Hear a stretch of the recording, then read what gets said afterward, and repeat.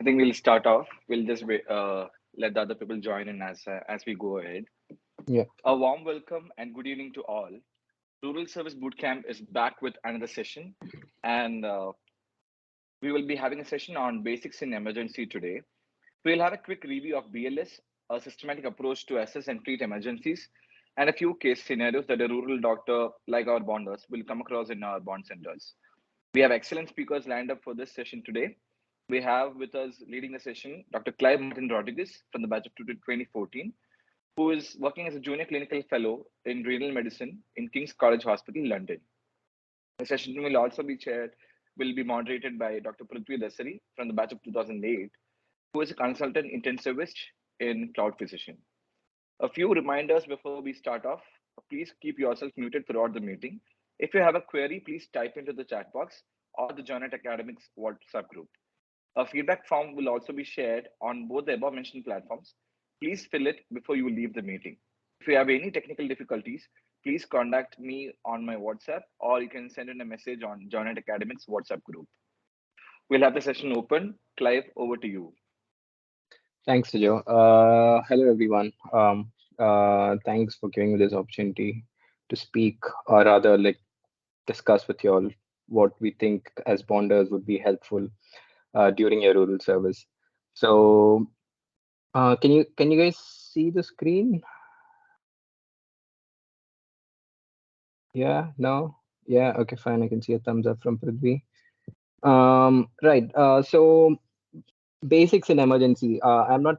This talk is going to be as simple as possible as you can imagine because when I talk about basics in emergency, for me, as doing my rural service, it was more about what am I going to do with the patient in case of an emergency, or if I see a patient who's really sick. I mean, do I even know what I'm going to do with this patient? Because when I started off my rural bond, I literally didn't know anything. I mean, let me put it out there. I mean, I panicked because most of the time I was alone, and seeing a patient in a situation, you leave Johns, we are in a protected environment. We have a lot of professors, we have a lot of seniors to ask questions. Now that we don't have support during bond, but sometimes it can be difficult to get answers immediately, and especially when a patient is sick, you need quick answers. And sometimes I feel this talk, if I had known earlier in my bond days, I thought I would have. I mean, not that I didn't do well, but I thought it would have been much more handy to. It's a skill to have for everyone. So today in this talk, we will just be covering these things. We will quickly go through BLS.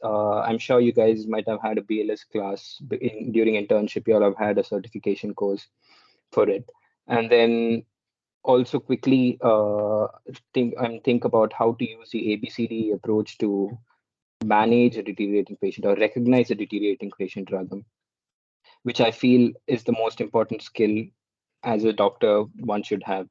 And apart from that, we'll just touch base on some non-technical skills, which I think if you start practicing in your bond centers would be more fruitful for you in emergency situations.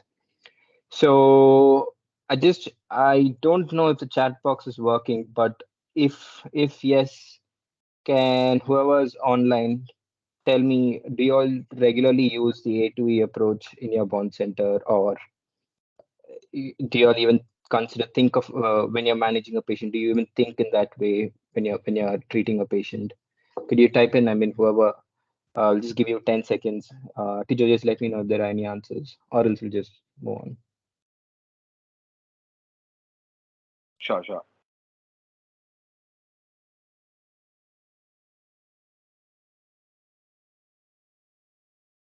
Just one comment from me before we go ahead. I think let's have this as a discussion because we really want to listen to your views and all that. So all the guys who are doing rural service, please feel free to actively participate. That's the only way this is going to work. So I mean, Clive has put in a lot of effort, and Tijo also. So it'll be really nice, if you all actively participate. We have put in a poll in the chat box. If you have used the ABCD approach in your clinical practice, please record your response. I've got one response.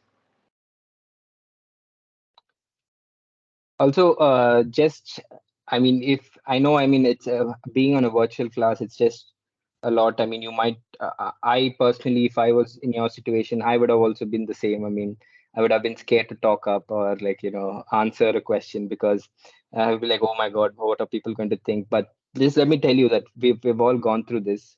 We've gone through that MBBS process where we went through different stages or finish your first, second, third year, fourth year, gone through a lot of things together. We finished our internship, suffered a lot during internship, and then we did the pond where I mean, it was both. There were good and bad moments. We've all been there, done that. So just don't worry about it. We are here to help you out because we know it's difficult for you all being in a bond center. So just feel free to talk. Stop me anytime during the talk.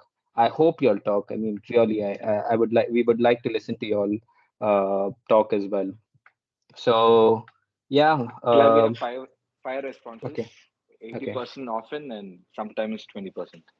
Got it. Okay, that's fine.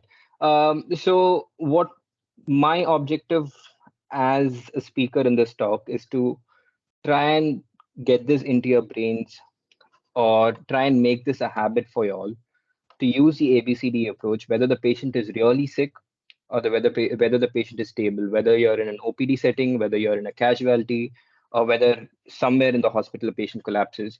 I want you to start thinking like this because this gives you a leeway, gives you some time to structure your approach. Think about what you can do, what is possibly wrong with this patient. None of us are we're just when you're in rural service, it's just you want to pick up the emergencies and to pick up any emergencies, I think ABCD approach is the bread and butter. It's like the foundation and the building blocks to anything that you do. So, whether, as I mentioned, even if you have no clue as to what the patient has, if you try and use the ABCD approach, at least what I'd say is you'll not miss the emergencies. You will start thinking, okay, fine, this patient is really sick, something is wrong. So, I feel that's an important aspect of this approach, which I feel would be really helpful. So before we quickly go there, I know you all know the PLS. This is straight away taken from the EHA website. I just want to quickly run through it so that we know in case of an emergency, just to brush your memory, just to see.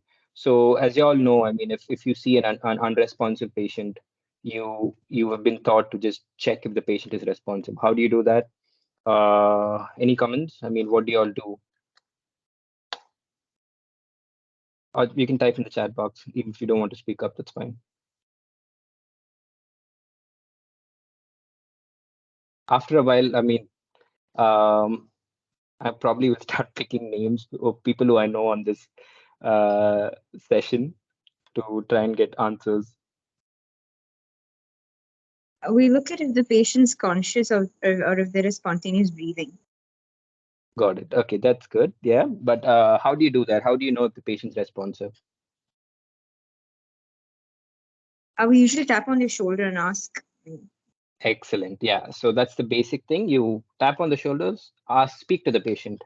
I mean, Mr. Whatever, I mean, how are you? Whatever. If the patient responds, then fine, thank the Lord. Move on to your other things. You don't have to go through all the BLS or whatever. But if it's not, you can move on to trapezius squeeze or other things. I'm not going into the complications, but see if the patient is responsive. And if the patient's not responsive, but what's the next thing you do? It's given there. You look for any signs of breathing and you look for pulse. Sandra, since you've already mentioned it, do you know how do we look for signs of breathing and pulse together? Chest rise and carotid. Very good. So what we call it's the look, listen, and feel. So as you can see, just slightly tilt the head backwards, bend, put your ears not on the mouth, but try to feel the breaths. Yeah. At the same time, you're looking for chest rise, and you're using your fingers to feel the carotid pulse. So at the same time, you're looking for all three signs: if the patient is gasping, if the patient is breathing, or if there's a pulse. So once you do that, you move on to, there are three different things that can happen. A patient could have normal breathing and you feel the pulse, and then you go on to your, fine, think about ABCD approach or whatever is next to manage the patient. If the patient is not breathing normally, or but you feel the pulse, you know that the patient is not breathing properly, that's when you start with your rescue breaths. you you call for help, you ask someone to come in and help with your rescue breaths, and given some use the bag and mask to give some rescue breaths once in every 6 seconds while you assist the patient, or you can call for help and ask them to do it while you are assessing the patient.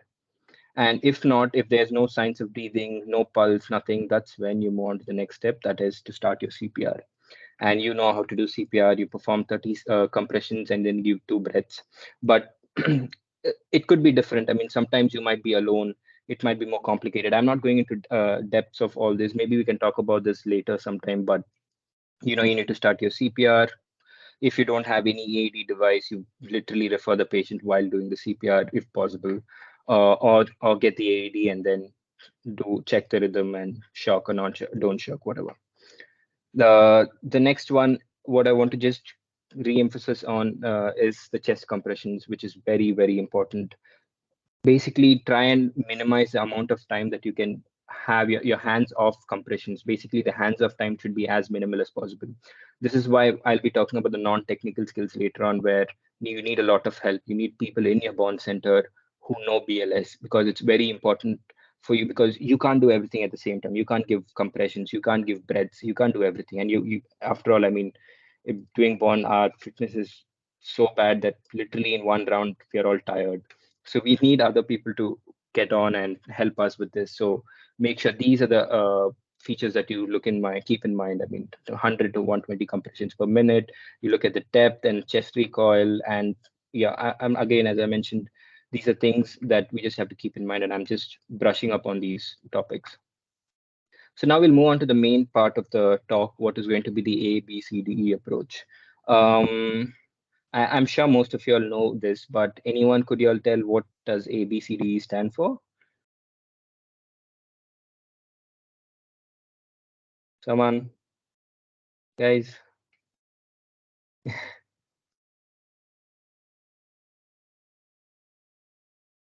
Sandra? I'm going to pick your name, sorry. It's okay. Airway, breathing, circulation, disability, and exposure. Oh, good, good. Yeah, so that's basically it. I know that it's a very basic thing. Sometimes in the heat of the moment, sometimes in an emergency setting, or when you're really stressed, you forget to think about it. Trust me. I mean, there was situation in most of my first year. I think I used to see patients. There used to be so many patients in an outpatient that they would half of them used to be casualty, but I still see them in an outpatient because it is a mobile clinic. So it's just very difficult to think about what's going on, because you're so stressed about all the cases that's happening. And the only thing later on that I started picking up is, okay, fine, you know what, I'm just going to do an ABCD approach, see what's wrong where, and then try and treat as I go. Okay. The thing is, it gives you some time to think. It gives you some time to think about what's happening with the patient, what could be the diagnosis, and what can you do with the resources that you have. So once you get into that habit, I think it's a very good it's very good practice to go through the ABCD all the time in your bond center. So the key points that you need to think about is assess, address, and advance, which means that as you assess the patient, for instance, you talk about airway, you try and see what's wrong with the airway, you try and address the problem then and there itself, and then move on to the next one. I mean, sometimes to address things, it might take time. Maybe then you can advance, but make sure that you addressed it, in the sense, ask someone else to look into it or get the things that you need for that section of the assessment. Then look, listen, and feel. Always try to do it. Your examination should be spot on. I mean, try and get your basics of examination right, so that you understand what it is, and then you reassess, and you assess the patient, and always keep reassessing. Sometimes you go through ABCD, you fixed one thing, but then you realize that after a point the patient is deteriorating again. Then you go again and reassess. Always reassess, see if your treatment is going well, whatever you're trying to give. See if it's actually helping. If not, think about something else and then move on. And always please ask for help.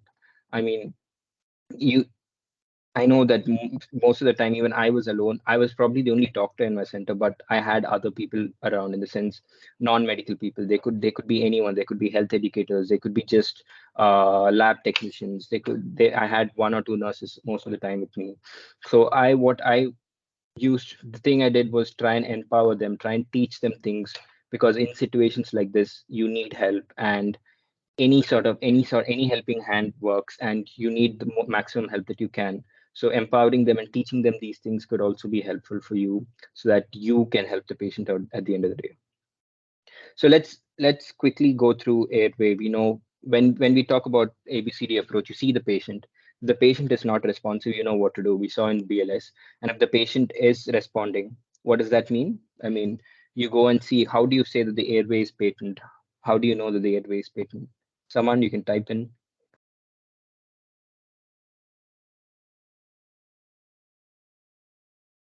Anyone? If they're able to talk, Excellent. Yeah. So if they respond to you, that's the first.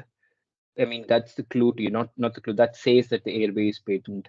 I mean, there were situations in my bond center when there were kids who basically would not respond. They're basically unconscious, and and then they wouldn't respond. That's when you think about, you know, that if you hear some stridor, if you hear some gurgling noises, you know that the airway is not patent.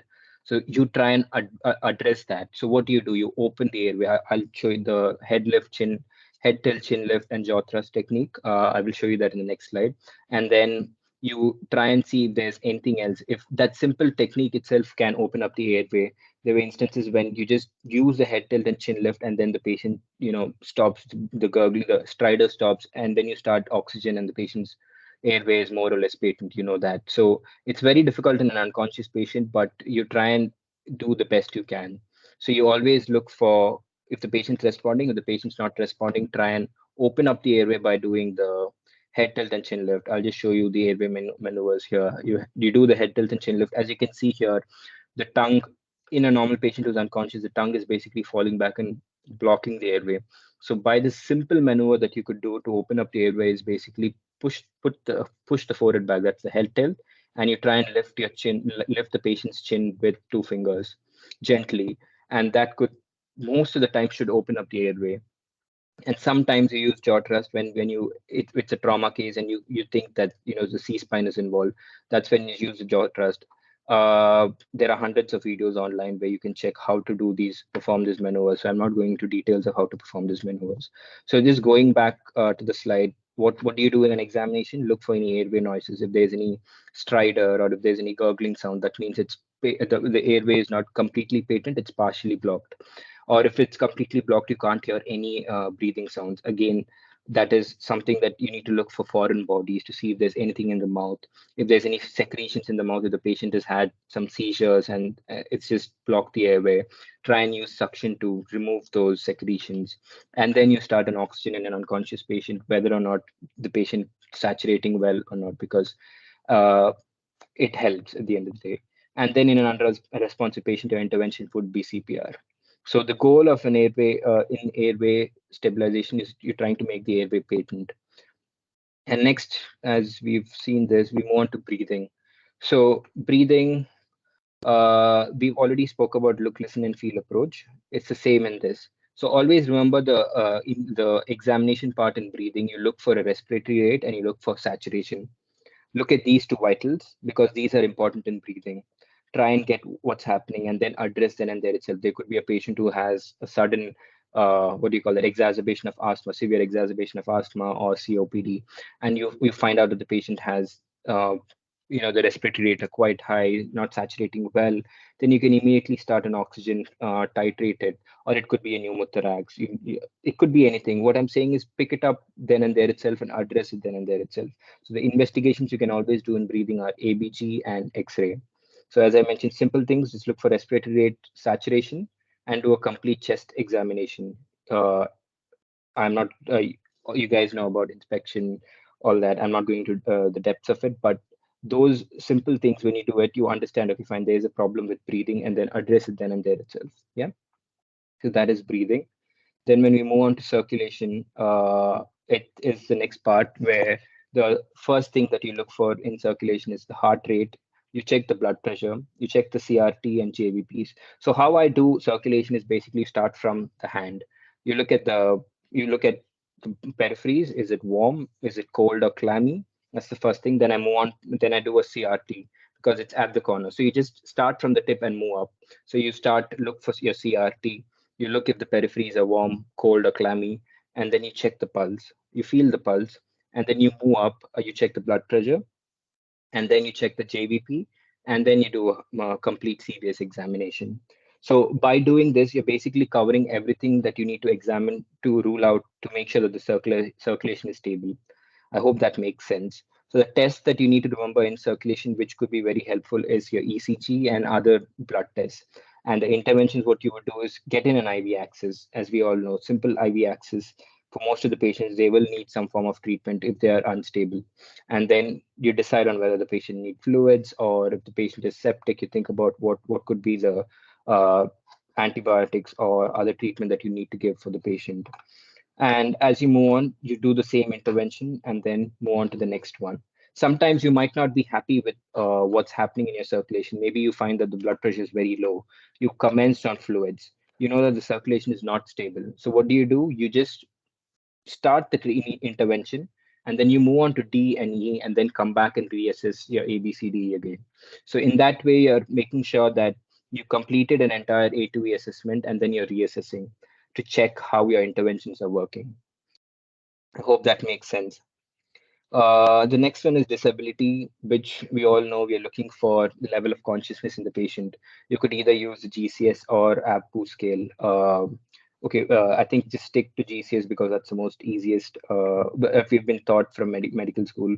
So GCS, then you check for reactivity of pupils. And then the most important thing is you check the finger prick glucose to see if the patient is hypoglycemic, which is one of the most important causes of an unresponsive patient, which is more common than you think it is. And then you obviously perform a basic neurological exam and check if the motor system is intact, check if there's some form of deficits, motor deficits or sensory deficits, and then you move on. You don't have to do an in-depth neuro examination for it. And then interventions, if the patient is hypoglycemic, obviously you give them oral or IV glucose based on the consciousness. And then if there is some neuro involvement, if you suspect stroke, then you treat what initial management of stroke, and then you move on. So the goal of disability, as you know, is making sure your neurological state is stable.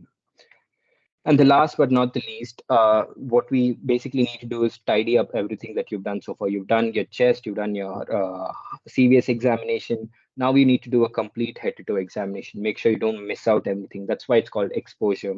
You do all the other systems, abdomen. You check for any calf tenderness. If you're suspecting PE, look for any signs of DVT. You look for obviously temperature. Temperature is the most important vital in this. And if the patient is febrile, then you treat the patient there and then move on to the next one. And then if the patient is conscious and you've not noticed that the patient is fairly stable, then you can move on to take a detailed history, discuss with someone in your colleagues, so that you know now you've done an A2E assessment, you know which system is affected, and then you can discuss or think. It gives you the time to think. And that's when and if you don't have anything else that you identified in A to D, that's when in exposure you try to identify in the rest of the examination. So that's your basic A to E assessment. Any questions? Oh, someone.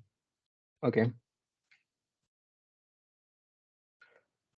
before we move on to the case Go management, do you all have any questions about A2A assessment, or if y'all have found some trouble using this in your day-to-day rural activities? To be honest, this A2E assessment has bailed me out on many occasions. I mean, there were many instances where I used to look at the patient and I was like, I know the patient is sick, but I have no clue what's the diagnosis. So what I do is, okay, fine, I'm going to start from airway. If an airway is patient's talking to me, the airway is patent, and the patient is being okay. The patient looks a bit breathless. The patient is in distress. I look at the respiratory rate. I look at the saturation. Fine, the respiratory rate is high or whatever, and then do a complete respiratory examination to try and identify if this is something to do with your chest, if it's something to do with the respiratory system. Okay, I've ruled out one thing, there's nothing wrong with it. Then I move on to circulation. and then I try and see what's wrong with the circulation. As I mentioned, always start with the peripheries, look for CRT. It's a very important what do you call it, clinical sign, which I feel has helped me when I don't have any equipments in my bond center. It gives you a lot of when you do this, the peripheries, these small things, these clinical signs. I know it's very basic, but it gives a lot of information. I mean, you can tell. I mean, by just keeping these basic things in mind, you can identify a really sick patient and refer them at the right time. If fine, I mean, if the patient is more or less stable, but you know there is something else, you can maybe initially treat sometimes and then refer the patient. You have some more time to deal with that patient. So what I'm trying to say is this approach basically gives you an idea. You can make a scale of yours. Okay, this patient is really sick. There are so many things that I've identified in my A2E approach. I need to send the patient immediately. There's no time to waste, and send the patient immediately to the higher center. Okay, the patient is fairly stable. I know a few of things. This could be the diagnosis. I'll manage this here right now, and then tidy up the patient a little bit, and then send the patient away. So you can assess the patient and basically try and understand what can be done.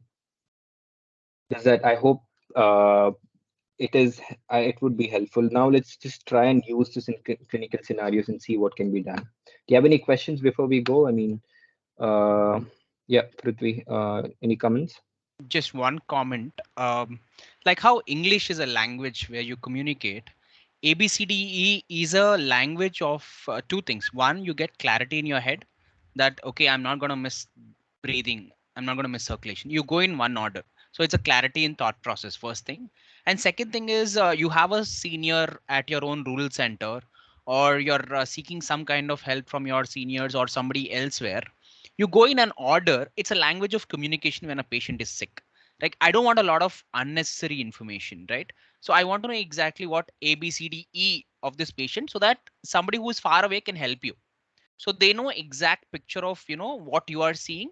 You're communicating in the language of A, B, C, D. So that's a gives a lot of clarity, and it's a language of communication. So that's the comment I want to make. Go ahead, Right. Clive. Okay. So next, let's just try and use this and put it in some case scenarios and see how we identify a patient. Try and get this into a thought process. Try and work out things. So I need volunteers for this case scenarios. I will be with you guys. I mean, I'll be trying to help you guys, but I need someone to go through the case with me and try and see if we can work out together what the patient has. Anyone?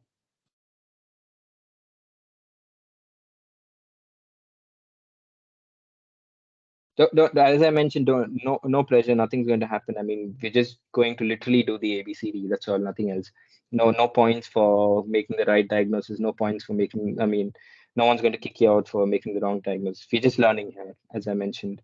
So before I start picking names, if anyone wants to volunteer, And it's as close as it can get. So it's literally around 10, 12 of us discussing. So please make mistakes so yeah, that, all of us learn together.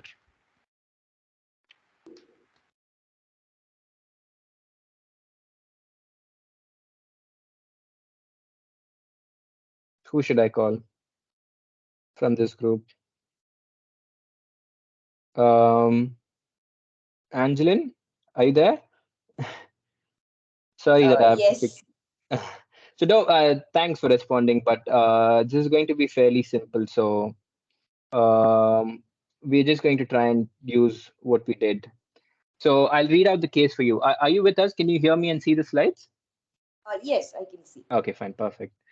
So the first case is we have a 25-year-old gentleman who came to you in your emergency with shortness of breath. He mentions that he's been unwell for the past few days with sore throat, cough, and body aches. And you know that he has a background history of bronchial asthma. I mean, some of the attenders mentioned this to you before you start seeing the patient. So now you have these are this is the information that you have with you. Now let's just try and go through what your thought process is using A2E approach. Okay. So let's just start. What do you want to do first? Since the patient is telling the history, which means he is conscious, so Okay, I very good. and he's also able to talk, so the airway is okay. Okay, very Uh, good. So do you and want to do anything right now for airway? check vitals. Yeah, that's fine. I mean, you'll check vitals. We'll go through it. Vitals, some of the vitals are in each part, a part of the A2E assessment, so you'll get the vitals there. So just remember which vitals comes in. So airway, you're fairly happy as you mentioned, which is good. It's just that I wanted to mention that when you notice that the patient is sitting forward in bed in a tripod position, or just leaning forward, and he looks a bit breathless. So as you mentioned, the patient is able to talk to you. You're happy with it, and your airway is patent. Good. What do you want to do next? Um, so he is breathing, but he's in distress. So Right. Right. uh, So next is breathing. Yeah. yeah. So as I meant, do you want to just recall what are the things you want to do in breathing? You mentioned, which is good. You picked up that the patient is in distress. So is there any vital signs that you want to check first in Saturation. breathing? Very good. And Oxygen also the respiratory rate. Okay, so you know that these are the vitals that you have in front of you. This is the saturation, 88%, and respiratory rate is 36%. And as we mentioned below, breathing also has what chest examination. So let me just give you the chest exam findings as well. So these are the things that you see on your breathing. So now, what do you think looking at this? What are you thinking? um, exacerbation of COPD. All right, that's a good thinking. But COPD, why do you think COPD? I mean What was bronchial. the Yeah, yeah. So he's a young gentleman. So I mean, it's highly unlikely it could be COPD in a young patient. So he has a bronchial history, bronchial asthma history. So as you mentioned after that, it could be exacerbation of asthma. Very good. So now you've picked up something, an issue with the breathing. You know that he's in distress. He's not saturating well. His respiratory rate is quite high. You can see that there's not enough oxygenation, so that's why he's developing some cyanosis, and he has rhonchi on auscultation, which is suggestive of bronchial asthma. And given his other symptoms, it fits into the criteria of severe exacerbation of bronchial asthma. Very good. So what do you want to do now? Start the patient on oxygen Very good. and get a IV line in case we have to give some drugs like hydrocot or. Right, right. Let's not rush. IV is against part of circulation. We'll do that. But before that, is there anything that you can do while you put the oxygen on for him to relieve his symptoms, relieve his breathing symptoms? Nebulization. Very good. So let's think about a nebulization mask. You want to add some salbutamol with it. So you start that, and then I mean, because it's an acute exacerbation of asthma, I'm not expecting you to know all the treatment. That's fine. I mean, you just start about what are the other things that you can start off. I'm just putting it here. You don't have to do it right now. And because in the history there's a mention of this patient had some, shortness. I mean, flu-like symptoms a while ago. Just to complete your breathing, just let's try and get a chest X-ray to see what's happening. Okay, if there is some underlying infective exacerbation or whatnot. Because you're just trying to cover everything in breathing at the same time. Okay. Yeah. Okay, so that's very good. So you've already you've maybe not stabilized breathing, but you've started acting on the problems that you've noted. So you requested for this. You told the nurses, okay, fine, start the nebulization. Get this and come do this, and ask someone to order an X-ray. And then, for now, are you happy with your assessment of breathing? Yes. Okay, good. So you're fairly, I mean, it's unstable, but you've done, I'm happy with your assessment, which is quite good. So let's just remember that you've done something in breathing. You have to always come back to your A2E after you've done an initial assessment. Okay. So let's just remember to always reassess. So let's just move on to the next one. So you've addressed your breathing. Now let's go to circulation. What are the things, as I mentioned before, that you look for in circulation? Um, if there's any signs of shock, the Yeah, very good. capillary Very good. time. If Very the good. pets are warm. or cold. Excellent. Next, what else do you see? What else do you look for? I've given it to you. Fine. You just check the The heart white rate heart and rate. the vitals in circulation that you're very worried about is your heart rate and your blood pressure. So you check, as you mentioned, very good. You covered. This is just a way to remember that you started from the tip of the fingers. Look for your CRT. You look if the peripheries are warm, cold, or clammy. Then you go up, check your heart rate, blood pressure, check the JVP, and then you do a CVS examination. Which are you happy with the findings? Um, yes. Okay, good.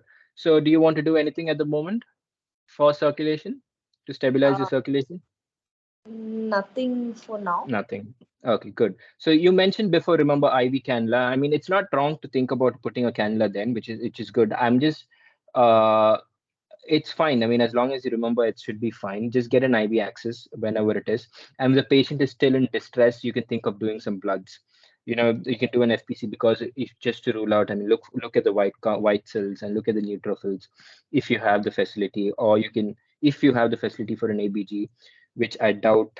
I don't know if your center, even my center didn't have, but I'm just putting it out there so that you remember that these are the things that you can think of because you're accessing putting in an IV access whenever you put in a line. Just remember, think about the bloods that you need to take, the samples that you should take, if at all necessary. But if you think there's nothing necessary, that's fine. But just think when you're putting in an IV access, remember what bloods you need to take and what drugs you need to give. It's good to think about IV access. As you mentioned, this patient has an acute exacerbation of asthma, but at the moment there's no indication to give any fluids. The patient is not in shock. The patient is not in sepsis. The patient is not in any hypovolemic shock, anything. So just don't randomly give any fluids, but just think about your thinking was very good to give in an put in an IV access and think about what drugs could be needed because if the patient does not respond to the salbutamol that you give, you need to step up. Yeah, the step ladder for whatever it is, ipratropium. What are the other things that you need to give? So that's good. So are you happy with circulation? Yes. Fine. So circulation is fine. Let's just go to the next one, disability, quickly. What do you see in disability? Um, just check GRBS to rule out hypoglycemia. Okay, that's good. What about the first thing that you check? How do you understand the level of consciousness in a patient? Yeah, GCS. you already know that the patient is responsive and he's giving you a history. So it looks like the patient's GCS is pretty much stable. So you're not worried about it.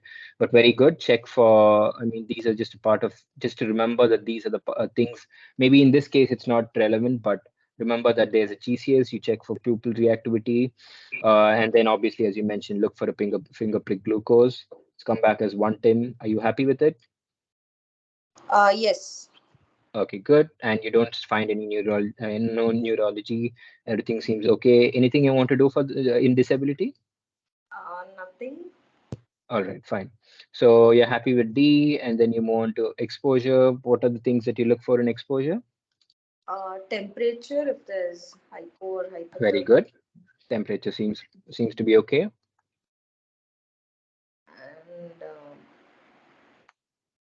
Just a regular head to toe examination and the other systems so that you don't miss out something. So here it's clear that you know that the patient has an severe exacerbation of asthma.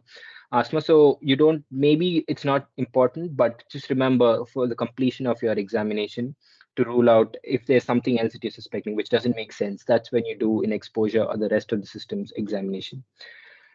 Okay, so and looks like you reassess the patient's breathing is improving, but it can get better. So then you try and repeat the treatment. You go to your ABCD, check if the patient's responding. Then you go back to breathing, check how your treatment is, how the patient is responding to your treatment, and then move on. So, did you understand? I mean, what exactly you need to do? yes. Yeah, fine. So just for completion, just take a complete history and referral document and stuff. Oh, someone is using the slides. All right, fine. Thanks, Angeline. That was good.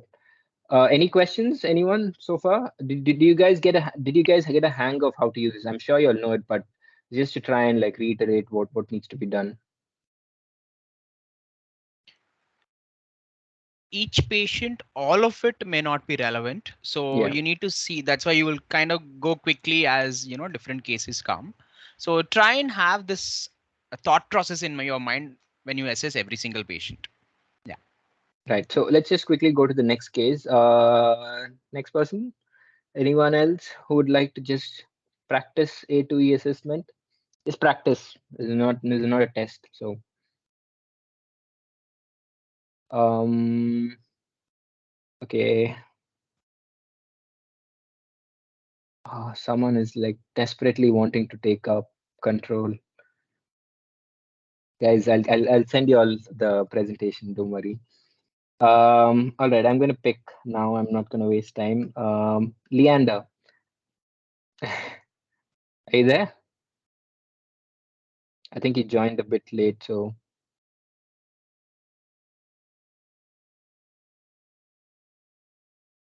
right, no response from Leander. The next person, fine, Sandra. I'm sorry. I mean, I'm going to pick you. Are you there? No. Yeah, I'm there.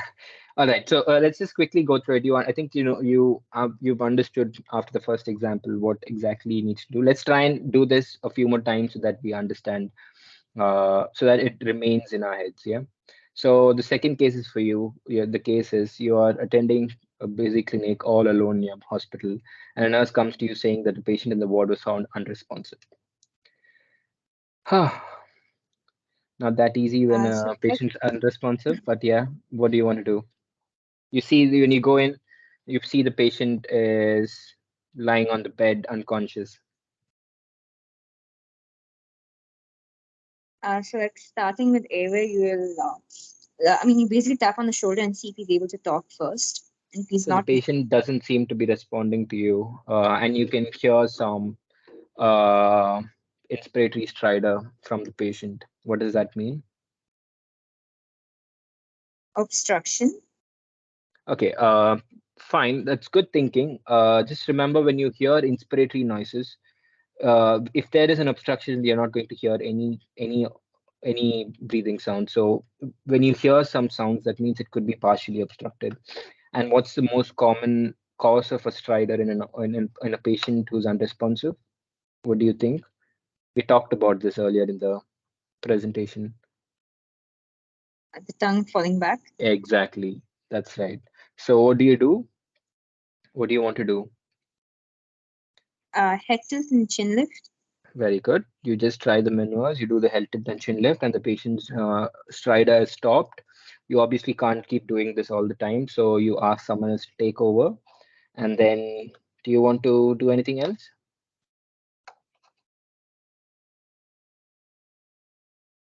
We're supposed You, to check his saturation, but that comes in yeah, breathing. fine. You can go to breathing. That's fine. Good. That's good thinking. So you can move on. You can just start some oxygen, and then move on to breathing. But for now, after your initial assessment and you've seen that the patient's airway has improved after your initial maneuver, are you happy with it? Yeah, and we're supposed to start him on oxygen as well.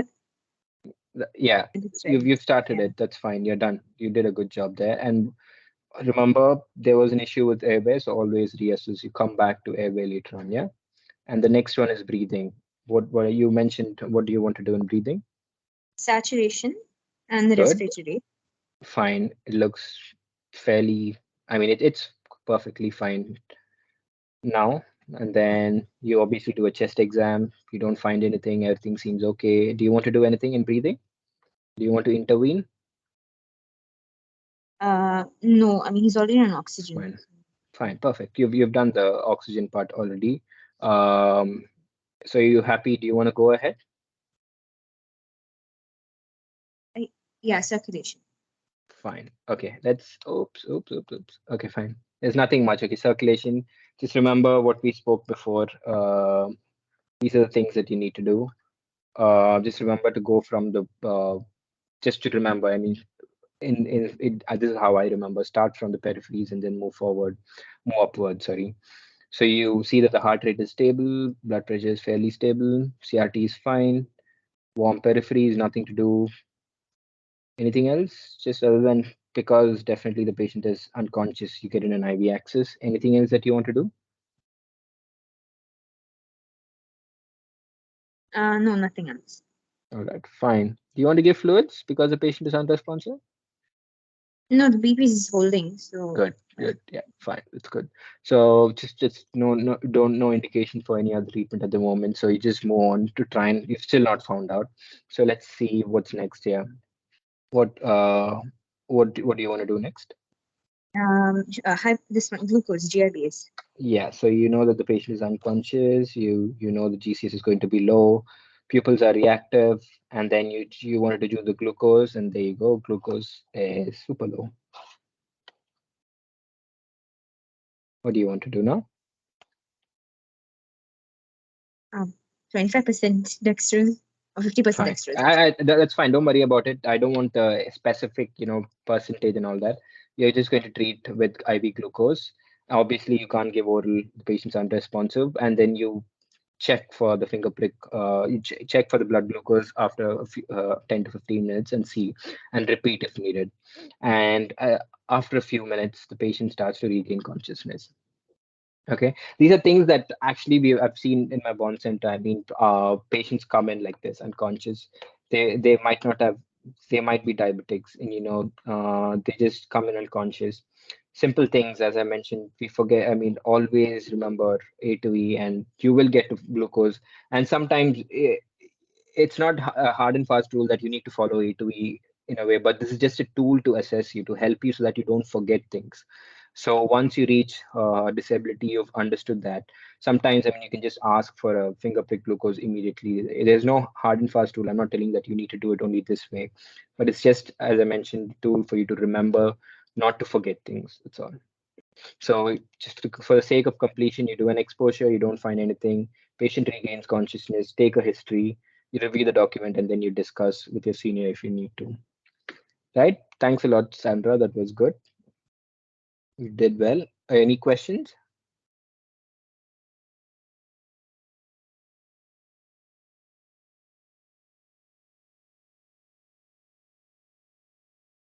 Right. Let's move on to the next one. Maybe we can just quickly discuss one more and then we can stop after this. Just ask if there's any more questions. Anyone else interested? The last case. Merin?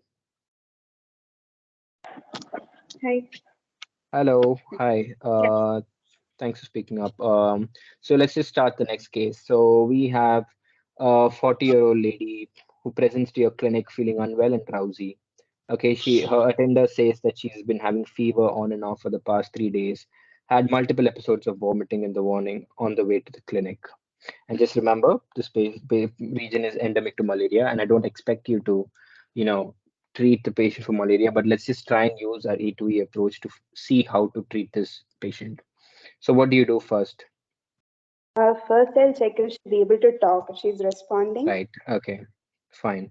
The patient, you just, so I'm just putting that there just because when you enter, if that adds to your clue. I mean, always looking how the patient looks helps gives you an idea what's happening. So you see that the patient looks very lethargic. As you mentioned, the patient, you look for the patient's response and the patient is responding and she's able to give a good history. So are you happy with Airway? Yeah, pretty much. All I'll right. go to Very good. next. Fine. Let's do you want to do anything at all? Nothing? No, if her Okay, airway fine. is Very maintained. good. Good. Good. So let's go to breathing. Fine. What do you want to do in breathing? One, I'll check her respiratory rate and saturation also. Uh, Okay, good. You see that she's a bit tachypnic, but fine at the moment. And That's you do what else do you want to do in breathing? chest examination Okay, also. chest examination appears normal. Okay, Anything you want to then do about? no intervention in breathing because All right. saturation is Very good, Yeah. very good. So you know that cheese tachypneic, just keep that in mind. Maybe it's not Mm, associated with to some problem in breathing. It's good that you recognize that. mm. That's something that we need to remember as well. It could be related to something else, but you picked that up. Very good. So breathing is fairly stable. You're happy with it. Doesn't look like the problem's coming from breathing. So should we move on? Yeah, Yes. circulation Circulation. So what do you want to do in circulation? from peripheries, whether it's warm or cold, Okay. and capillary refill time also I'll check. Then the Okay. pulse rate. Okay. And the And blood pressure. All right, these are the findings. I would panic if yeah, I see this low. Yeah, 120 these heart rate, blood pressure is quite low. The patient's CRT is more than 3 seconds. Peripheries are really cold and clammy. JVP is fine. CNS, CVS examination, I'm not really worried about it after seeing the vitals. What do you think is happening? Let's think. Let's talk about that first. Now that you've reached here, given is the in history, hypovolemic uh, is in the patient hypovolemic is shock. BP is could low, heart be rate could is be cold. hypovolemic shock. Very good. And the patient's history with fever and ongoing fever and nausea, vomiting. What could it be? What else? Hydration, which is causing the like she's having Yeah. vomiting, Yes, so very high. definitely. Very good thinking. It could also be sepsis. Yeah. Yes, yeah. Yeah, so just remember the signs. I mean, I'm not going too much into depths of it, but remember the signs of sepsis where, or there is a criteria. I can probably share that later on sometime where you look at these are things I used to personally use to pick up sepsis in a patient, especially the patient of febrile, and yes, the patient also in hypovolemic shock.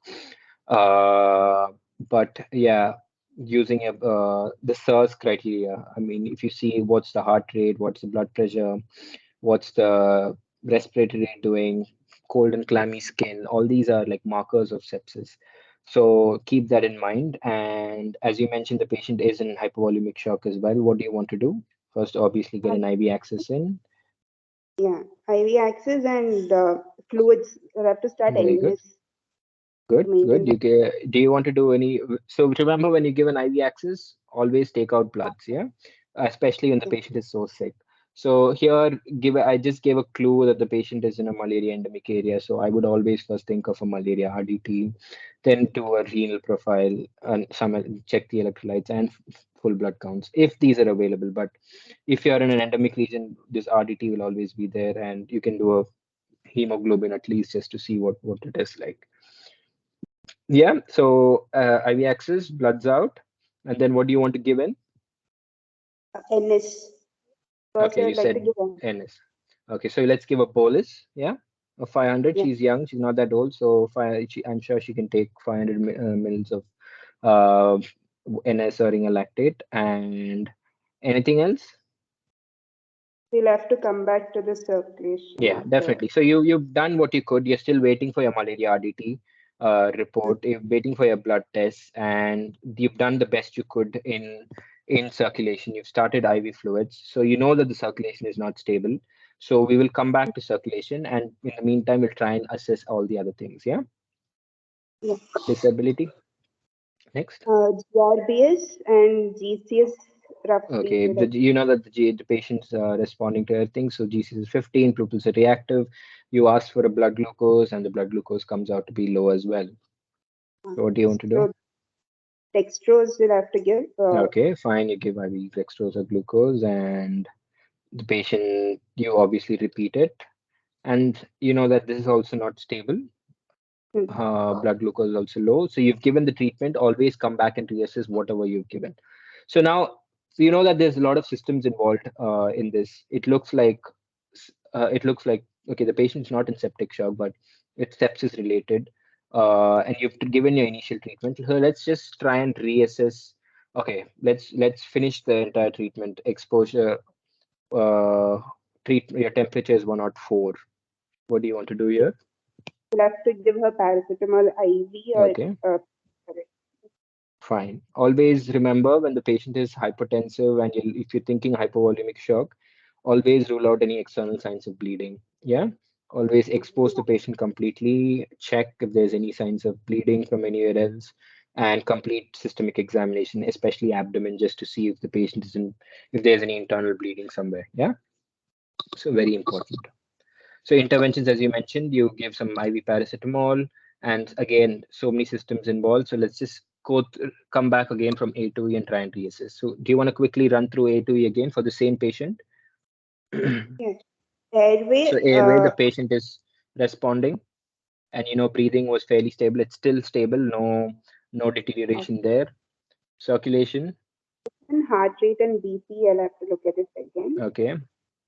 BP is not improving, so again we'll It's have to rush improved. to. Okay, I mean, sorry, maybe I didn't show a good improvement, but it's improving. I mean, imagine it's 96, 98 over 46. So just it's improving, but there's still scope for more treatment there. So you can give another bolus there. Yeah. And Yes. now your malaria RDT test has come out as positive. So does this now all look like some sort of sepsis? Patient is sick, febrile. So what you do immediately, start treatment for malaria. Yeah, you Mm. give your IV artesunate if you treat malaria, but otherwise it's fine. You just give IV artesunate, and then disability is still fine. Blood glucose is picked up, and exposure is temperature is coming down. Yeah. What would you do next for this patient? I'll continue the IV bolus. Okay. I'll continue Okay. that. Start treatment for malaria and sugars also. I'll continue one more injection dextrose. Admit the Fine. The patient. patient actually, I mean, is tolerating orally now. You've given some, I mean, the patient, you could think about giving something orally as well. That's fine. Good thinking. The patient's blood glucose is picking up. But all in all, the patient doesn't look that great. Yeah. So what do you want to do next? Do you have the facility to treat in your hospital? Yeah, admit the patient, and Okay. I'll have to keep monitoring and Yeah. Very good. according. So good thinking. So now you made this A2E approach has made you think whether this patient needs admission. You know that the patient is really sick, she's quite unstable, and you've decided to admit the patient, which is good. I've just put here refer because in my mind it's always refer. We didn't have any admission uh, facilities, and always this patient is febrile. Never ever forget to rule out other sources of infection. Yeah, look, you can do a urine dip, you can do a chest x-ray just to rule out pneumonia as well. Just make sure that you rule out all the other possible sources of infection. Just because a malaria RDT is positive doesn't mean the patient only has malaria. There could be another source of infection as well. So always keep that in mind. Make sure that the patient, you assess the patient, at least so that initially when you assess, you know what's going on. And after that, just do your documentation and discuss. Another thing I wanted to just quickly mention is that the other good thing about A2A approach is you guys can always document, give a referral letter. When you write a referral letter, you can literally write the A2E findings in the referral letter. And that would give the doctor an idea of what's happening. I mean, they know that you've looked at this. So if they would understand what is the problem as well. So it helps you write a letter as well. You can write all the findings. So this patient came in with this initial assessment, airway, breathing, write all that, and then write a referral letter. So which I think would be helpful as well. Thanks a lot, Merin. That was really good. It was, I think, a little more involvement, more systems involved. So you've done a good job in identifying that. So now I hope you'll have understood the gist of an A2E assessment. It's basically to try and understand how sick the patient is. Try and get an idea, get your head around what's going on, get you thinking what's going on. Yeah. Yeah, sorry to interrupt, Fly. We are running out of time. We need to Yeah, wrap yeah, up. we'll just wrap up now. I mean, I'm not going, I can send this PPT so you can just share it with them. But yeah, yeah, let's just stop. I think the rest of the Probably things a are not word very about the important. non-technical skills, and then we can wind Yeah. up. Okay. So what I want you all to keep in mind is the non-technical skills that you'll need in your bond center, which I feel is try and encourage your other staff as well. Think about teamwork, which is very important. I mean, you might not be naturally a leader, but maybe in your bond center, small things, you're in a smaller crowd, you know the people around you. You can take up initiatives, start a small project where you teach BLS. It's just out of the 100 times, 99.9 times, maybe you might not need it, but that point one time, that one case where you had to need and you needed help, and if you did not have the help, it could have made a difference. So always try and empower your staff, even if it's a guard, if it's an Anna who's there just to help you around in the hospital. Teach anyone and everyone BLS. Anyone, any layperson can learn BLS. And teach your nurses how to do an A2E assessment. They might panic when they see a difficult case. Try and empower them to understand what to do if a sick patient comes in, so that even if you're off the hospital, you can ask them what is this, and they can give you some idea of what's happening with the patient. And always try and keep a checklist of what you're doing in case of an emergency. Make sure that you have all of that which is working and available. Maybe it's not your job, but I think getting involved in it and being proactively taking care of these things would also holistically develop you to be more careful about other things, and in the future it will definitely help you guys out. That's it from my side. Yeah, any Yeah. questions?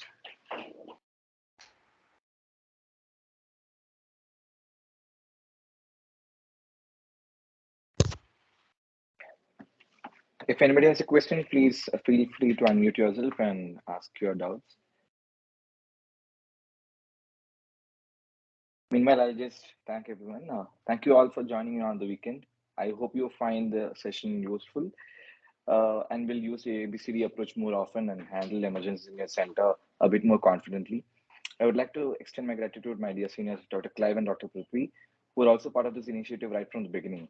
It is commendable that you are able to dedicate some time for this webinar in between your busy schedule.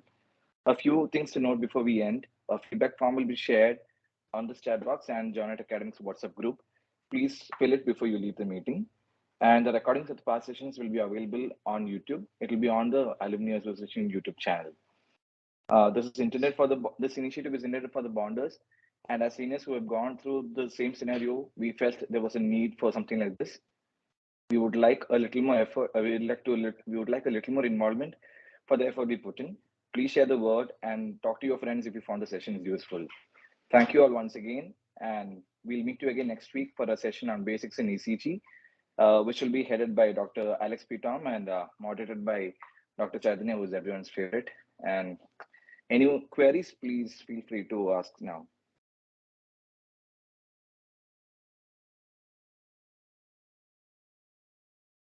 All right. I think, yeah, you guys are free to text me or Prithvi if you'll have any doubts about this, or in general any doubts about Pond, what y'all could do, any extra things that y'all can do outside your work.